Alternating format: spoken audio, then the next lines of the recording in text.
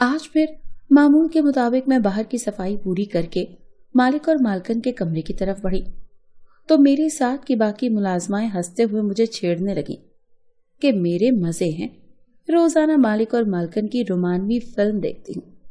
میں نے ان کے مذاق پر شرمندگی سے سر جھٹکا، مگر سچ تو یہی تھا۔ مالک کو میری موجودگی میں بھی شرم نہیں آتی تھی اور وہ اپنی بیوی کو لے کر بستر پر پڑے رہتے تھے۔ میں نے پوچھا اور پانی کی بالٹی وغیرہ اٹھا کر مالک کے کمرے کی طرف قدم بڑھا دیے۔ باہر کے کام کرنے والے سب ملازمین پرشوق نگاہوں سے مجھے دیکھ رہے تھے اور کچھ نے تو روزانہ والی ہدایت بھی دہرا دی کہ واپس آ کر ہمیں بھی ضرور بتانا کہ اندر کیا ہو رہا تھا، تم نے کیا کچھ کمرے میں دیکھا۔ میں ان کی بات کو نظر انداز کر گئی۔ ابھی میں اتنی بے شرم اور بے باک نہیں ہوئی تھی کہ دو میاں بیوی کے درمیانی تعلق کا سب کے سامنے اشتہار لگا دیتی۔ میں نے کمرے میں قدم رکھا تو سامنے کا منظر میری توقع کے عین مطابق تھا۔ مالک بیڈ پر لیٹے ہوئے تھے اور مالکن بھی ان کے ساتھ تھی۔ میں نے نظریں جھکا کر بالٹی میں پوچھا بھگویا اور خاموشی سے کمرے کی صفائی کرنے لگی۔ صفائی کرتے ہوئے میں نے محسوس کیا کہ مالکن کچھ بڑبڑاتے ہوئے مسلسل مالک سے کچھ بول رہی ہے اور وہ بھی جواباً کچھ بول رہے تھے۔ ویسے تو وہ دونوں روزانہ ہی باتیں کرتے تھے، مگر آج ان کے لہجے کچھ بدلے ہوئے سے محسوس ہو رہے تھے۔ یہ میرا مسئلہ نہیں تھا، مگر پھر بھی وہاں موجود ہونے کی وجہ سے مجھے کچھ عجیب سا محسوس ہونے لگا۔ مجھے لگا جیسے مالکن کا موڈ کچھ ٹھیک نہیں ہے۔ میں نے بہت کوشش کی کہ اپنا کام جلد نمٹا کر وہاں سے چلتی بنوں، مگر ان کی آوازیں قدرے بلند ہوئیں تو میں نے بھی بے ساختہ ان دونوں کی جانب دیکھا اور میری آنکھیں سی پتھرا گئی تھی۔ سامنے کا منظر مجھے بے یقینی میں دھکیل گیا تھا۔ میں ہفتک سی ان دونوں کو دیکھ رہی تھی اور ایسا کرتے ہوئے میں یہ بھی بھول گئی کہ میں دو میاں بیوی کے درمیان ان کے بیڈ روم میں کھڑی ہوں۔ اسی وقت مالک کی نظر مجھ پر پڑی اور وہ یکدم غصے ہو گئے، پھر اچانک چیخ کر بولے کہ تم یہاں ابھی تک کیا کر رہی ہو، دفع ہو جاؤ یہاں سے۔ مالک کے چیخنے پر میں گڑ بڑھا کر رہ گئی۔ میری نظر مالکن پر پڑی تو وہ خاموشی سے لیٹی ہوئی تھی۔ شرمندہ سے اٹھ کر بیٹھ گئی اور مجھ سے نظریں چرانے لگی۔ میں مالک کے غصے کرنے پر تیزی سے اپنا صفائی کا سامان لیتی کمرے سے باہر بھاگ گئی۔ کمرے سے باہر ہمیشہ کی طرح سب ملازمین موجود تھے اور ان کے چہروں پر تجسس بھرے تاثرات چھائے ہوئے تھے۔ میں ان سب کو وہاں پا کر خفت صدا سی ہو گئی۔